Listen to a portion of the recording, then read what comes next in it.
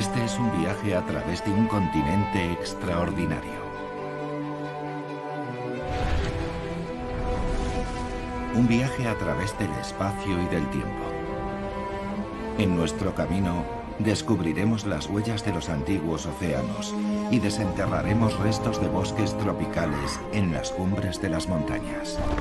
Los dinosaurios serán nuestros compañeros de viaje. Nos encontraremos con los neandertales y seremos testigos de un accidente cósmico que estuvo a punto de destruirlo todo. Conoceremos a los cazadores y a sus presas. Y acompañaremos a Europa en su largo viaje alrededor de nuestro planeta.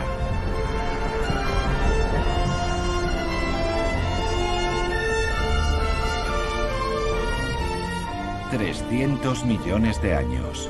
Primera parte. La gran colisión.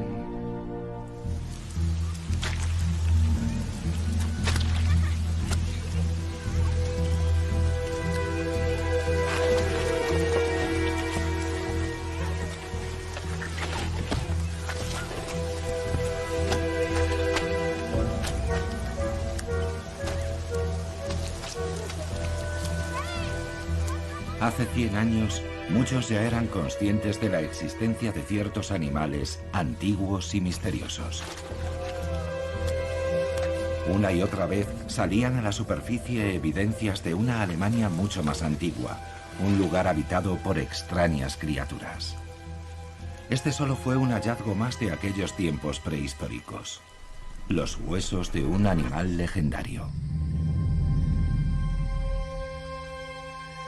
La era de los dinosaurios había comenzado. Ellos dominarían la Tierra durante los siguientes 150 millones de años.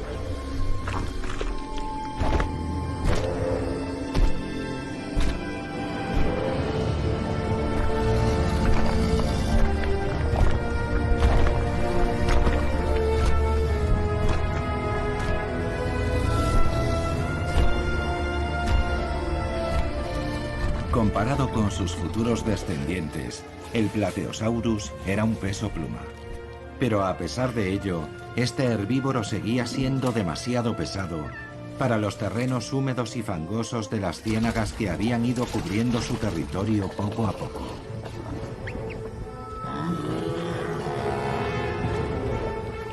El viscoso limo los engullía como arenas movedizas.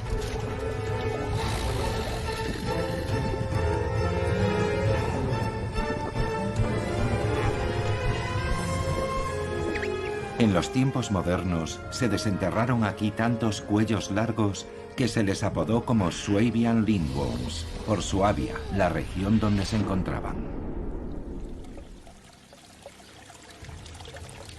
Estas criaturas señalan el comienzo de la historia de los dinosaurios. Aquel hueso solo era la punta del iceberg. Pero antes demos un gran salto hacia atrás.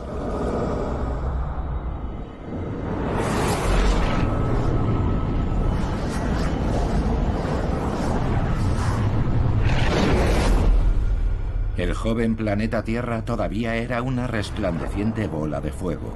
No había aún ninguna señal de nuestro planeta azul. Poco a poco nuestro candente planeta se enfrió. Aparecieron ríos, lagos y océanos. Fue entonces cuando del mar surgió el primer precursor de Europa. El continente apareció a miles de kilómetros de distancia, al sur, en el Ecuador.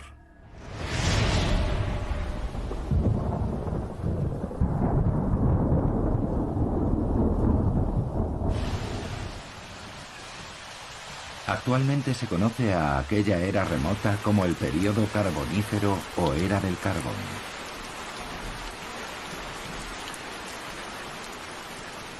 Entonces reinaba en los bosques una atmósfera extraña. Las aves aún no existían.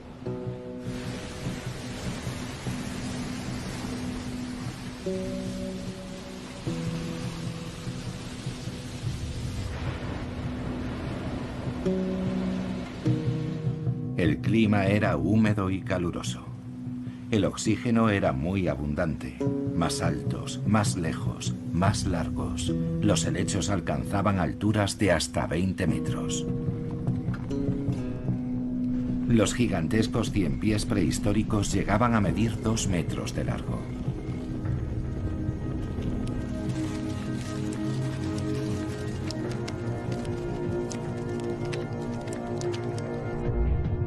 Los caudados fueron los primeros vertebrados que salieron a tierra firme. En pocos millones de años estos anfibios desarrollaron patas y pulmones.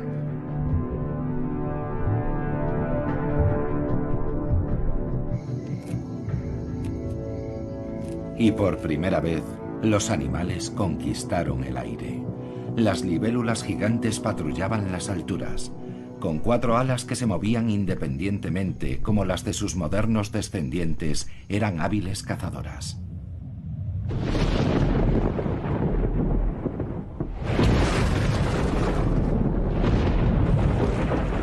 Los antiguos bosques tropicales producían enormes cantidades de oxígeno. Bastaba un trueno para que la explosiva mezcla de aire entrara en combustión.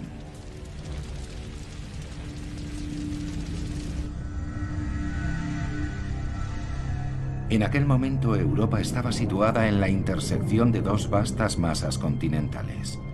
La colisión entre ellas originó una cordillera montañosa que podría haber sido tan alta como los Alpes actuales si no hubiera comenzado a desmoronarse tan deprisa como se había formado.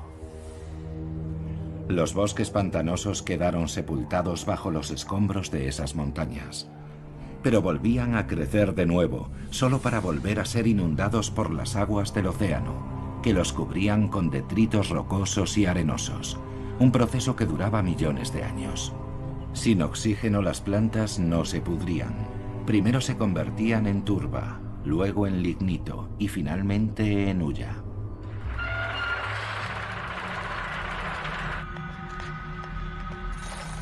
La carrera por la extracción del carbón comenzó en Inglaterra hace 700 años. Primero en la superficie y después, persiguiendo las vetas más profundas, la minería se hizo subterránea.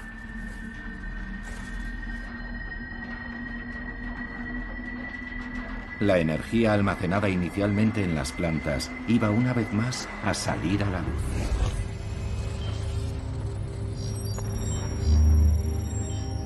El apetito voraz por la energía literalmente minó las ciudades donde se extraía el carbón. El subsuelo se llenó muy pronto de galerías y túneles subterráneos.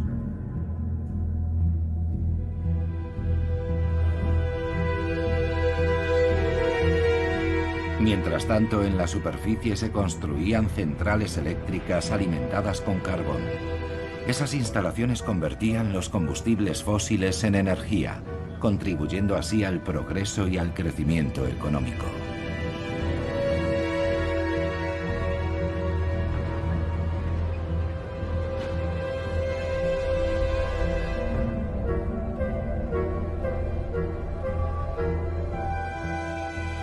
La escoria acumulada en el exterior de las minas de carbón saca nuevamente a la luz los bosques primigenios enterrados hasta entonces.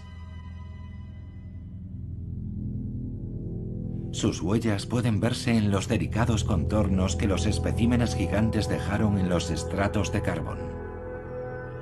Los enormes helechos habían quedado inmortalizados en la piedra, al igual que los ciempiés gigantes.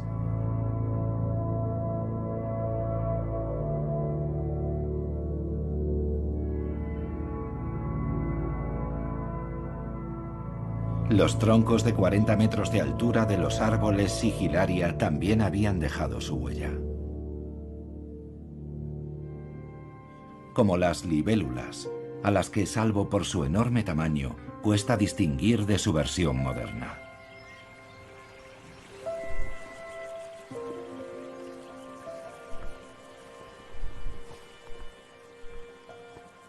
El diseño de la espectacular libélula apenas ha cambiado en millones de años.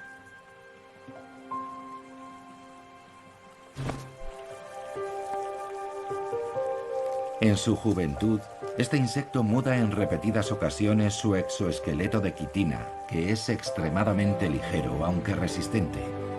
Bajo esa armadura desechable, su cuerpo está dividido en segmentos blandos.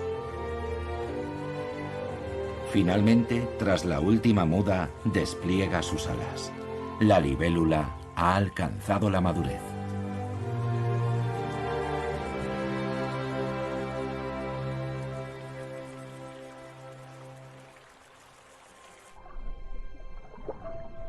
Los descendientes de los caudados tampoco se han reinventado a sí mismos. Aún pasan su infancia en el agua, respirando a través de branquias. Más adelante desarrollarán patas y pulmones. Solo entonces podrán salir a tierra firme. Es casi como ver la evolución a cámara rápida.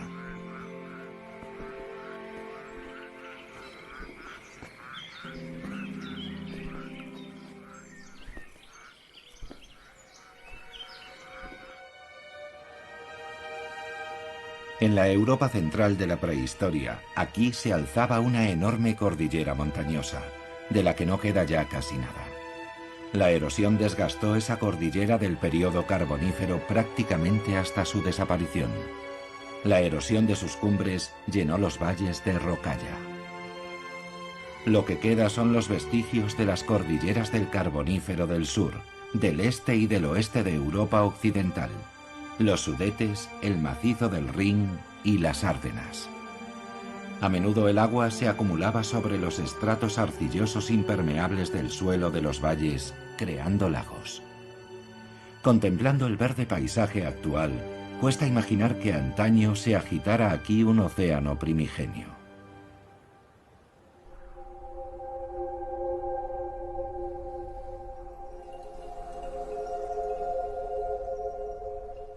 El mar de Zechstein cubría gran parte del continente europeo, desde los actuales estados bálticos a través de Polonia hasta los Países Bajos. Aún no había ninguna señal del desastre que tendría lugar en la era posterior al período carbonífero. Las temperaturas en el planeta eran abrasadoras.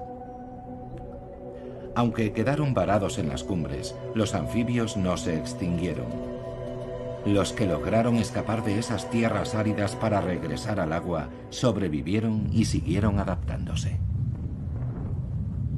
Las nubes de lluvia que se formaban sobre el mar rara vez alcanzaban el interior de la masa continental, y sin la lluvia aparecieron vastas regiones desérticas.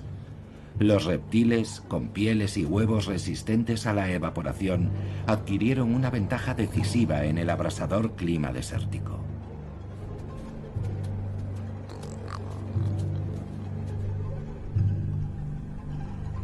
Durante un periodo de 150 millones de años, las cordilleras montañosas cubiertas por el océano se fueron erosionando y luego se volvieron a secar. Lo que quedó fue un paisaje de valles polvorientos atravesados por profundos ríos y arroyos. Los peces del fango encontraron una forma ingeniosa de salir del agua. En vez de pulmones desarrollaron cámaras branquiales que llenaban con agua que enriquecían constantemente con oxígeno, boqueando mientras avanzaban por la tierra. Los peces del fango no son el vínculo entre los peces y las criaturas terrestres. Al contrario, son la prueba de que, para cada reto, existen varias soluciones. Cualquier animal tardaría millones de años en dar el salto desde el agua a tierra firme. Los cangrejos también dieron ese salto. Cuando la marea baja, buscan comida en la arena. Por muy diversas e ingeniosas que puedan parecer las adaptaciones de los animales y las plantas, la naturaleza, sin embargo, los obliga a empezar de cero una y otra vez. A finales del período pérmico, se había extinguido el 80% de todas las especies animales terrestres y marinas. Es muy probable que una serie de erupciones volcánicas aceleraran su desaparición.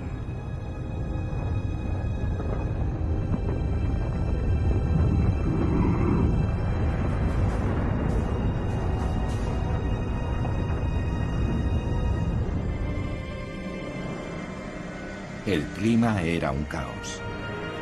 Las algas proliferaron y las bacterias devoradoras de oxígeno crearon zonas muertas en los océanos, envenenando toda la vida marina.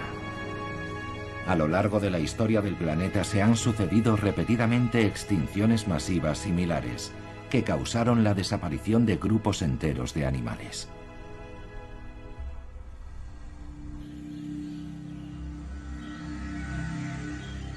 Incluso hoy siguen estando presentes las evidencias de los desiertos prehistóricos.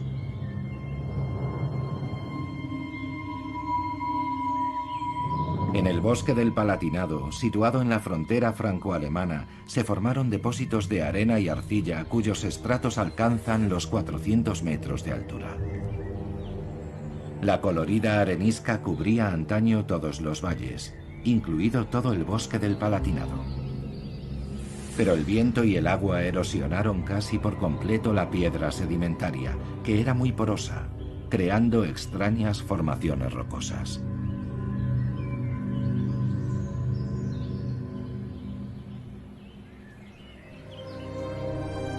Y el bosque del Palatinado no es el único en Europa que ha cambiado. En todo el continente los helechos arbóreos gigantes fueron reemplazados por otras especies, píceas, hayas, robles y pinos. A primera vista este mar de árboles parece vacío y monótono, pero en realidad está lleno de vida y de sorpresas. En el sur del continente, el pino mediterráneo cubre todo el paisaje. En Europa central y oriental es el haya, y más al norte se extiende la taiga. Pero aunque estos bosques puedan parecer vírgenes, hace mucho tiempo que dejaron de serlo. Aquí, la silvicultura y la caza moderna han modelado el rostro de la naturaleza. La cigüeña blanca fue una de las primeras especies que llegó a los bosques aluviales. Estas aves, que inicialmente nidificaban en los árboles, fueron las primeras en ocupar los tejados y las chimeneas, cuando los seres humanos empezaron a cambiar su hábitat.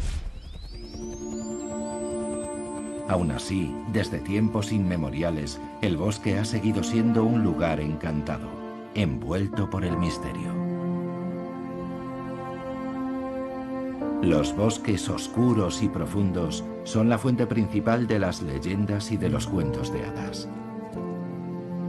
Por la noche aún se puede sentir el espíritu del bosque primitivo.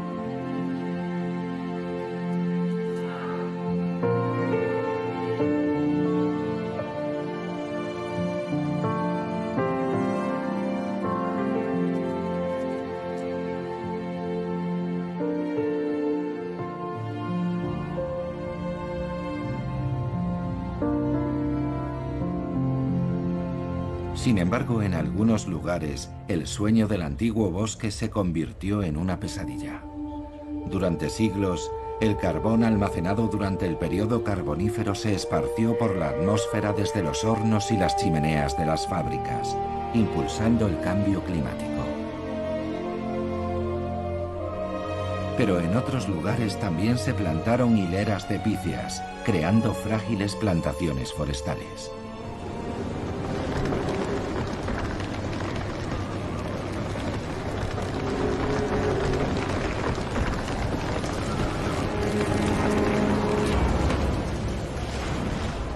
Una fuerte tormenta invernal puede arrancar a su paso los árboles de raíz y destruir todo el bosque.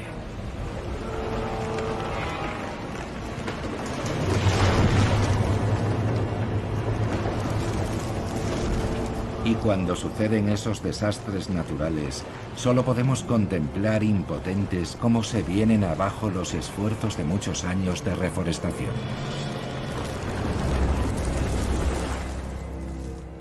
En el Parque Nacional de Baviera se han establecido las denominadas células forestales, áreas en las que los árboles caídos no se tocan, permitiendo que el bosque se regenere mediante sus propios mecanismos.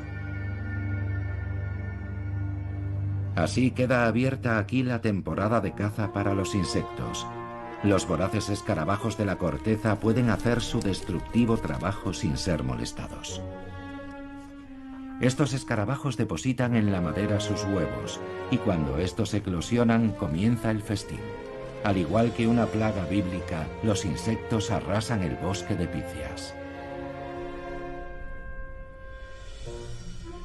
Pero todo final lleva consigo la semilla de un nuevo comienzo. Aunque de forma involuntaria, la perniciosa plaga ayuda a que surja un mundo nuevo, más natural y lleno de color.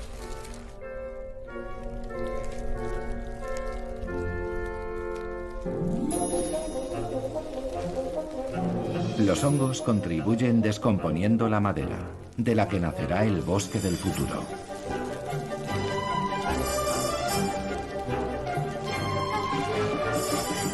Las setas crecen a una velocidad asombrosa.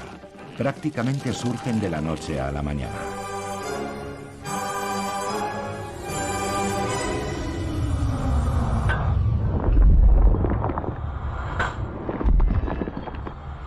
Todo ello hace que resulte difícil comprender la lentitud con la que la vida se transforma en piedra.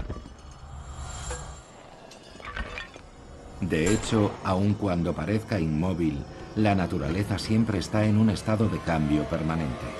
Continentes enteros migran, animales y especies vegetales desaparecen y surgen otras nuevas. Pero para nuestra percepción, los periodos de tiempo son tan gigantescos que solo podemos intuir el alcance de los cambios.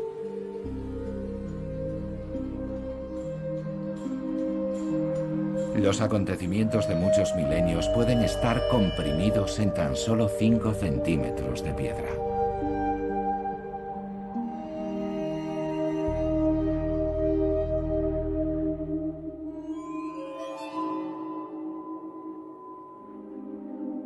En una cantera de Baviera se revelan las evidencias de la prehistoria.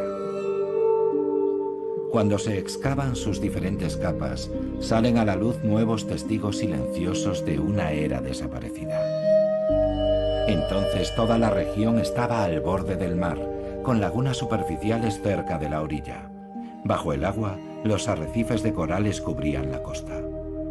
Pero en las proximidades de la orilla, las cosas comenzaban a agitarse.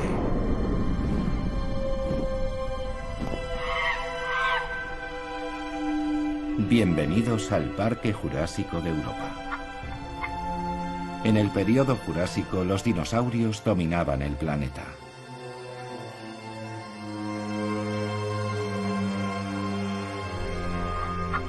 Hábiles voladores, cazadores veloces y gigantes blindados, los dinosaurios conquistaron prácticamente cada rincón de cada hábitat.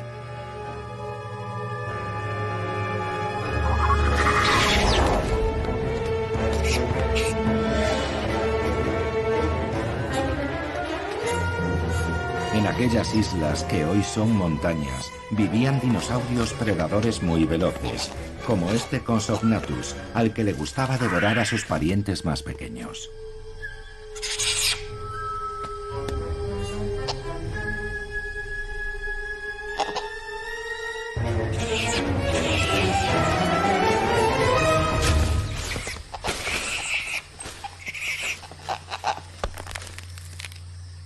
Aquella era salvaje fue testigo del nacimiento de una extraña criatura, con garras y una larga cola ósea, el Archaeopteryx.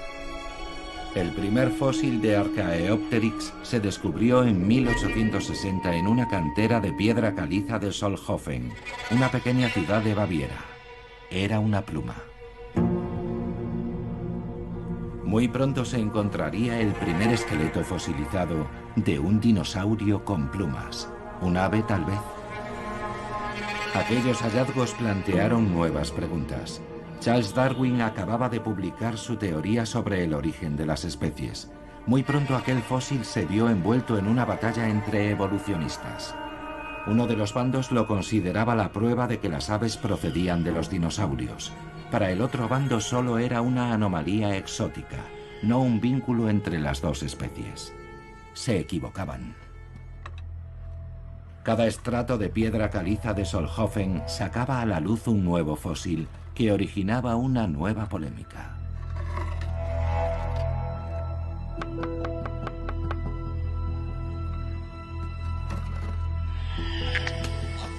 Un descubrimiento que nadie había imaginado. El Archaeopteryx no era el primer dinosaurio con plumas.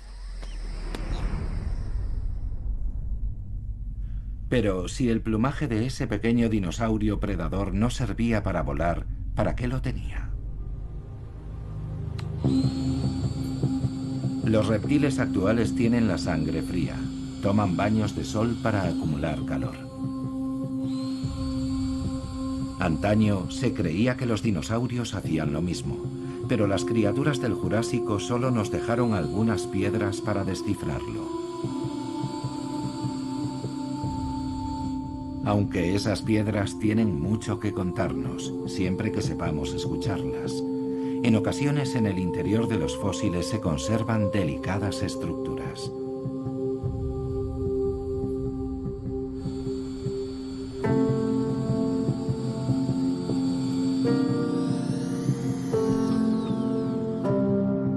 En la Universidad de Bonn, los investigadores examinan esas microestructuras.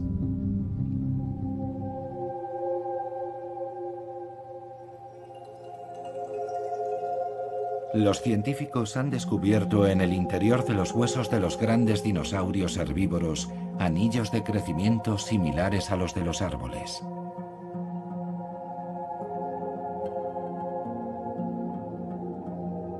Las muestras de médula de los huesos muestran que en muchos dinosaurios los anillos aparecen espaciados en grandes intervalos. Debieron de crecer muy deprisa, algo que solo pueden hacer los animales de sangre caliente. La historia debe ser reescrita una vez más. Al menos varias especies de dinosaurios tenían algo en común con los reptiles modernos. Dinosaurios bípedos y cubiertos de plumas que calentaban sus huevos con el calor de sus cuerpos y alimentaban a sus crías. El parecido no es una coincidencia.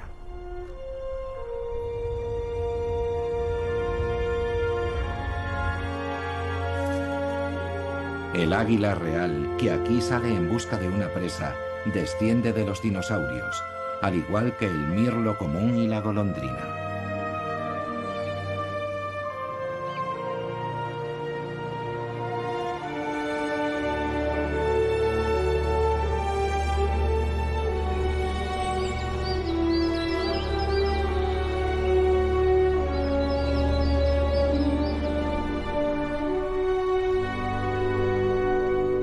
El hábitat del águila parece yermo, batido por el viento, viejo y lleno de grietas.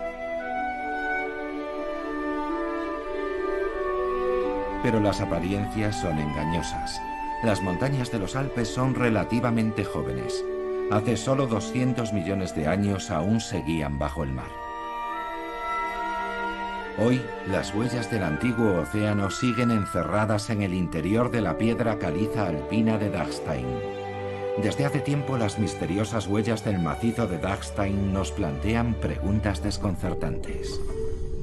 Estos son los descendientes de los habitantes de un océano cálido, del que los Alpes aún tenían que emerger.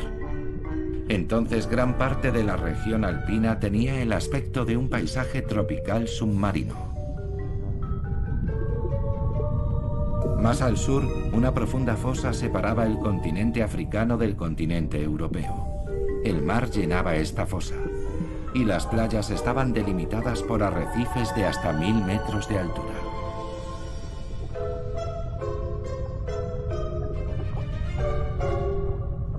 Los habitantes más pequeños de aquel mar tenían que protegerse de los dinosaurios marinos. Incluso en la oscuridad, los arrecifes alpinos no eran un lugar seguro.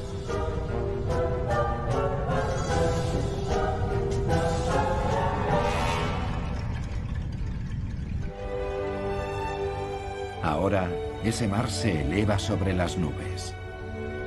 El lecho marino se plegó formando una cordillera. Sus 1000 kilómetros de longitud se estrujaron como un acordeón, y ahora solo tienen 100 kilómetros de anchura. Este escarpado paisaje montañoso es el resultado de la colisión de dos continentes. El continente africano presionaba desde el sur contra Europa. De una forma increíblemente lenta, la corteza terrestre se partió, se elevó y se amontonó en diferentes capas. Y así, desde el fondo de un antiguo océano, los Alpes calizos se elevaron hasta alcanzar una gran altura.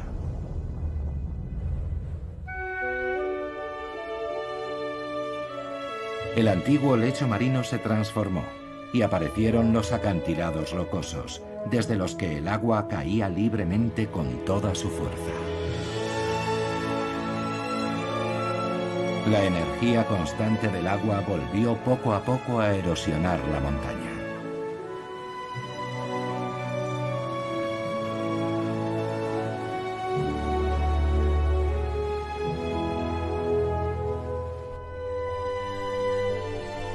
Los opiliones, también llamados segadores, han sobrevivido millones de años y han sido testigos de esos cambios.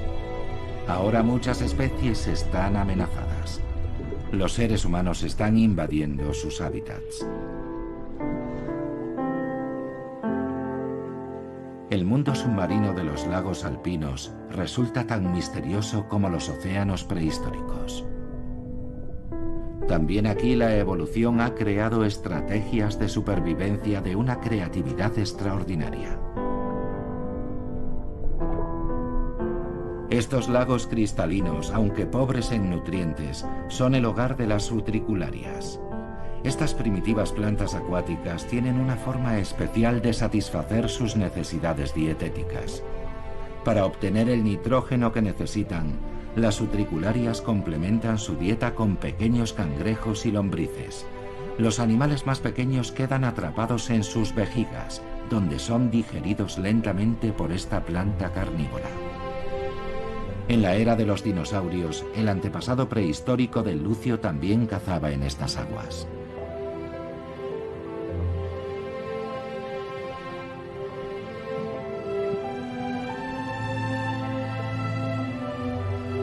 A 600 metros de altura sobre el nivel actual del mar se encuentra el lago Königssee, o Lago del Rey. Aquí, el lucio y las plantas carnívoras cazan sobre los vestigios de los arrecifes de coral, que se elevaron hasta una altitud muy superior al límite arbóreo.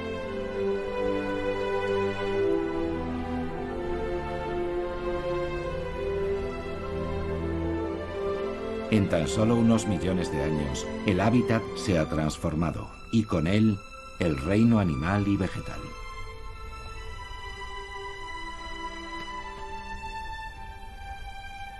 La marmota, que vive a una altitud de 1000 metros, está perfectamente adaptada al clima alpino. A diferencia de otros mamíferos, es incapaz de jadear para enfriar su cuerpo. En un clima más cálido, la marmota no sobreviviría a los rigores de sus continuas guerras territoriales.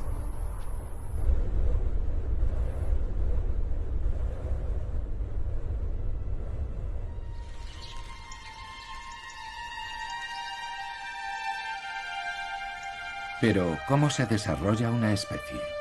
¿Cómo actúa la evolución? Mientras los Alpes se elevaban lentamente, comenzó una nueva y colorida revolución. Aparecieron las plantas con flores y con ellas los insectos, algunos de los cuales se adaptaron específicamente a un solo tipo de flor. Si no existiera uno de ellos, el otro tampoco podría sobrevivir. Los insectos son atraídos por los nutrientes y ellos a su vez polinizan los capullos, asegurando la siguiente generación de las plantas con flor.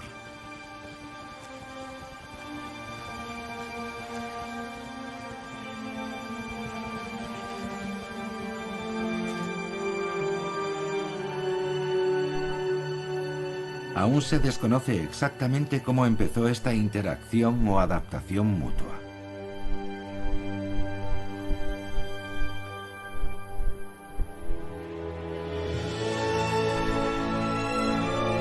A estas altitudes el mundo es un lugar peligroso. El hábitat de alta montaña es especialmente duro. La temperatura desciende 1 grado cada metro de altitud y la diversidad vegetal disminuye. Por eso las plantas que consiguen sobrevivir aquí, a pesar del frío extremo, el sol y la aridez, son auténticas especialistas. En este territorio inhóspito en el que casi ninguna especie arbórea puede sobrevivir hoy, prolifera el pino cembro. Se toma su tiempo para crecer y puede vivir más de 1000 años. Con sus troncos sinuosos y su recia madera, desafían las tormentas y los vientos polares que a menudo azotan estas cumbres. El destino del cascanueces está unido al de los pinos. Año tras año, este pequeño descendiente plumado de los dinosaurios almacena meticulosamente sus piñones.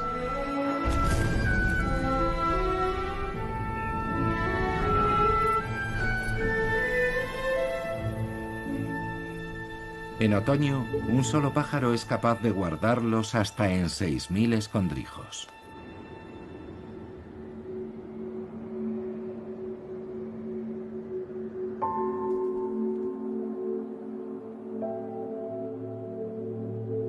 Cuando llega el invierno, el cascanueces regresa a sus almacenes.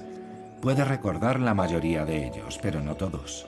Muchas de las semillas olvidadas en esos escondrijos brotarán en primavera, permitiendo que crezcan nuevos árboles. De forma que el cascanueces no solo se alimenta gracias al pino suizo, también asegura la existencia y la continuidad de la especie. El delicado equilibrio de la naturaleza en el límite del bosque.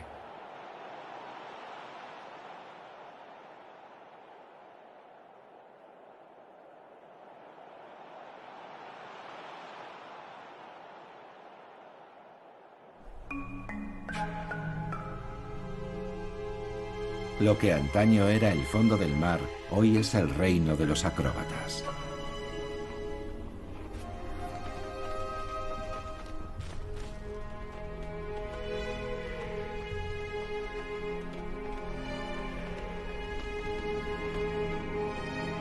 Bajo la mirada atenta del águila, un rebeco joven explora nuevos caminos.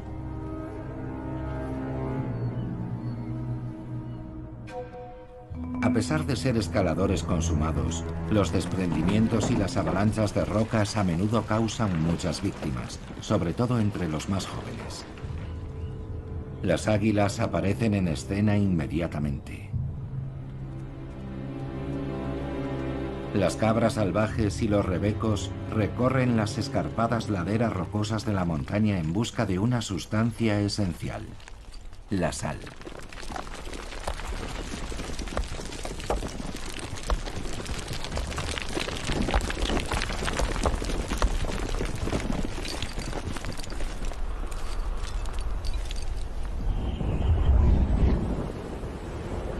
Durante el viaje del continente al norte desde el Ecuador, el sol secó sus mares menos profundos, transformándolos en desiertos de sal. Los océanos del período pérmico también dejaron su huella aquí, en el extremo sur de Alemania. Actualmente esos estratos salinos atraviesan las rocas de los Alpes de Berchtesgaden.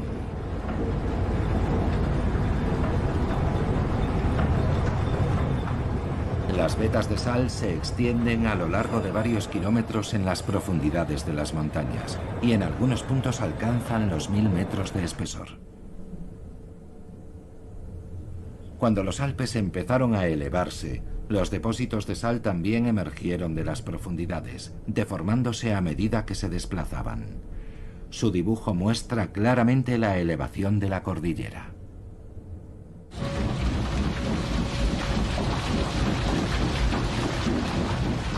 En Berchtesgaden se extrae la sal desde hace más de 500 años. Las perforadoras siguen las vetas de sal en el interior de la montaña.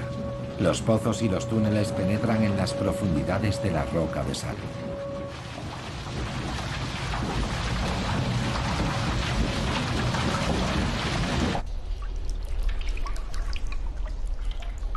El agua de la montaña también se ocupa de su extracción, lavando la sal encerrada en la piedra.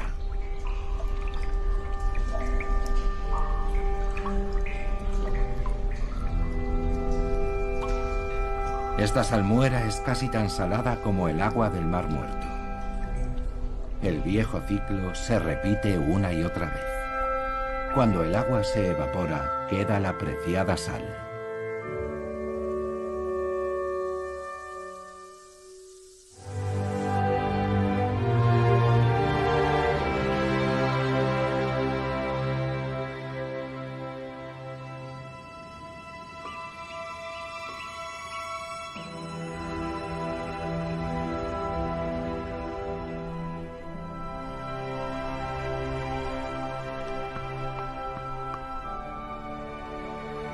Centenares de millones de años han dejado su marca en las rocas, dando a Europa su aspecto siempre cambiante.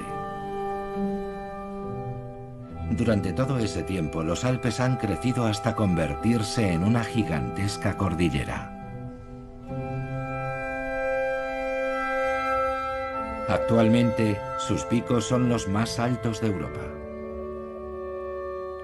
Y el macizo alpino sigue elevándose. Pero donde hay una cordillera siempre existirá la presencia constante del hielo, el viento y el agua. De no ser por la erosión, los Alpes ahora tendrían 30 kilómetros de altura. Cada arroyo arrastra un trozo de la cima hasta el valle, piedra a piedra.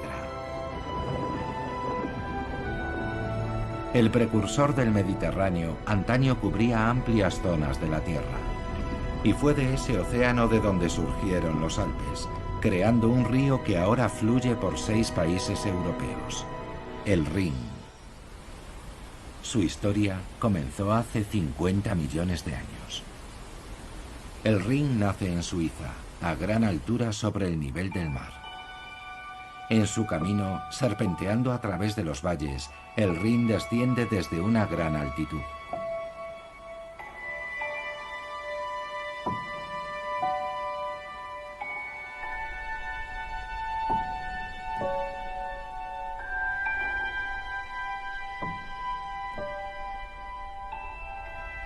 El Rin alpino arrastra a su paso arena y piedras debido a la erosión de las cumbres de la cordillera. 7 millones de toneladas cada año. Todas se depositan poco a poco en el lago de Constanza. El río rellena así la depresión creada por los glaciares de la Edad de Hielo. El mismo lago de Constanza fue labrado sobre la corteza por las lenguas de los glaciares. En su retirada, estos dejaron un gran lago formado por el agua del deshielo, rodeado de altos muros de rocas. Cuando esos diques reventaron, el Rin alpino se abrió paso hacia el oeste, uniéndose al todavía joven Rin superior.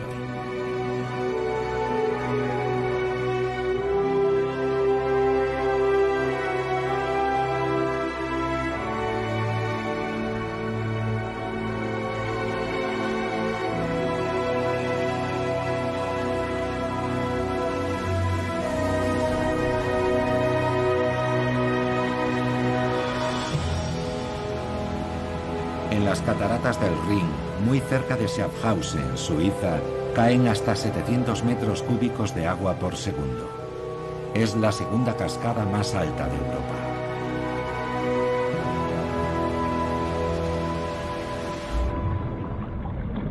Para los peces, el viaje río arriba acaba aquí, salvo para la anguila. Sus raíces se remontan a hace millones de años. Desde la perspectiva evolucionista, la anguila es un diseño antiguo, pero que bajo ningún concepto está anticuado. La anguila puede salir de su elemento para evitar las cataratas a través de una ruta terrestre.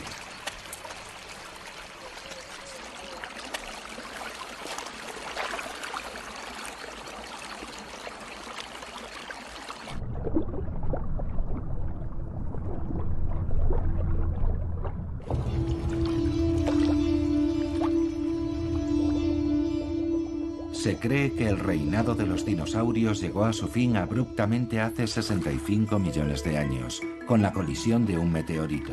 Pero ese no fue realmente el final de su historia. Sus garras solo recuerdan ligeramente a los dinosaurios predadores de los periodos Cretácico y Jurásico. Pero el mirlo acuático es uno de sus descendientes vivos. De hecho, todas las aves son familiares lejanas de los pequeños y veloces dinosaurios predadores, algunos de los cuales tenían plumas. La lavandera cascabeña es una diestra cazadora de pequeños insectos, pero sus antepasados difícilmente se transformaron en acróbatas aéreos de una generación a la siguiente. Como todo en el curso de la vida, también esa transformación fue probablemente un proceso salpicado de formas intermedias y transiciones.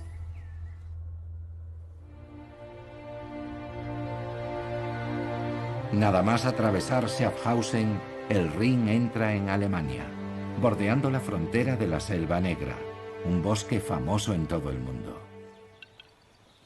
El territorio del urogallo se extiende bajo las sombras de las coníferas de montaña.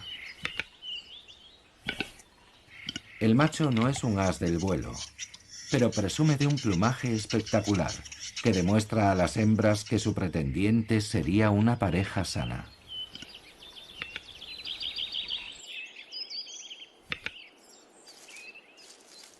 Sus crías serán un poco diferentes a sus padres.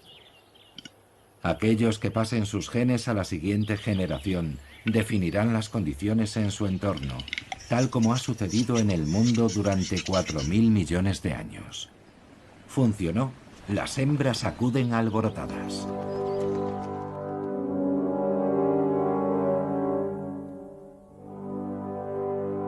Algunos miembros del reino vegetal también han sobrevivido a las extinciones masivas del planeta. Las primeras coníferas aparecieron hace mucho tiempo, en el período carbonífero. El abeto blanco es uno de sus ancestros. Crecen en las colinas de las regiones del centro y del sur de Europa y pueden alcanzar los 65 metros de altura. Estos árboles son un ejemplo vivo de los trucos que la evolución ha empleado con gran éxito desde tiempo inmemorial. Producen semillas protegidas y ricas en nutrientes y también polen aéreo, todo en un solo árbol.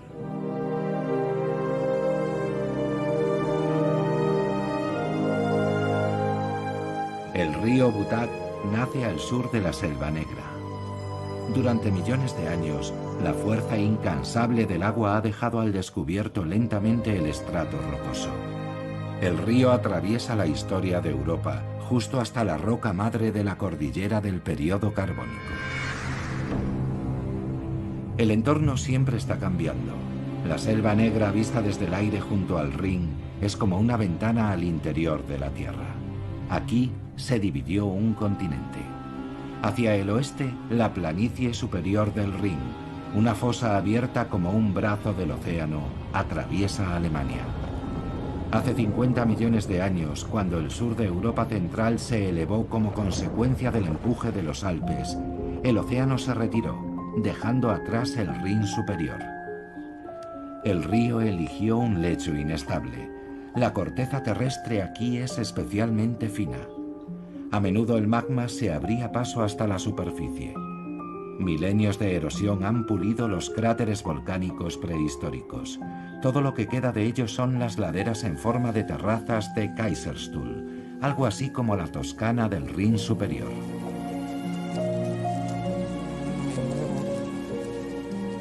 Los volcanes extintos son un terreno fértil para muchas formas de vida.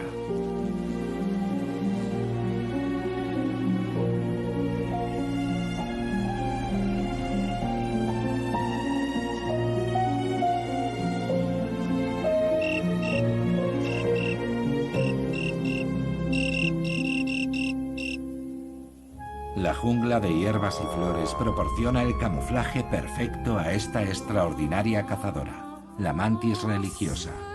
Es la época de celo y la hembra está hambrienta.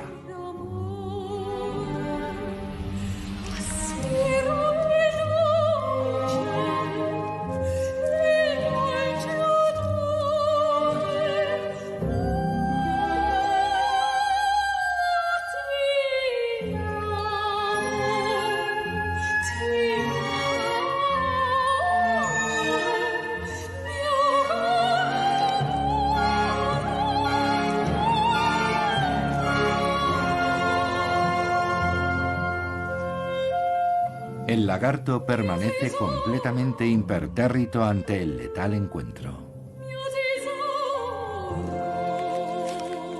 A diferencia de sus antepasados, millones de años atrás.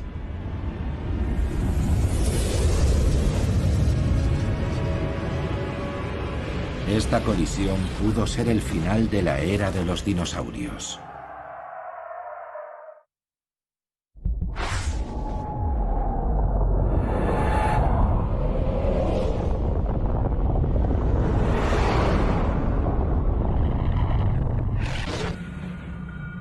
La explosión lanzó gigantescas cantidades de polvo a la atmósfera terrestre. Durante meses el Sol permaneció oculto y las temperaturas cayeron drásticamente. Más de la mitad de todas las especies desaparecieron. El debate científico sobre si el meteorito fue la única causa de la desaparición de los dinosaurios continuará probablemente durante mucho tiempo. Pero una cosa es segura: había llegado la hora de los mamíferos. A la sombra de los dinosaurios aparecieron los primeros mamíferos. Eran criaturas pequeñas y humildes. Con la salida de los reptiles gigantes del escenario, el camino para ellos quedó despejado.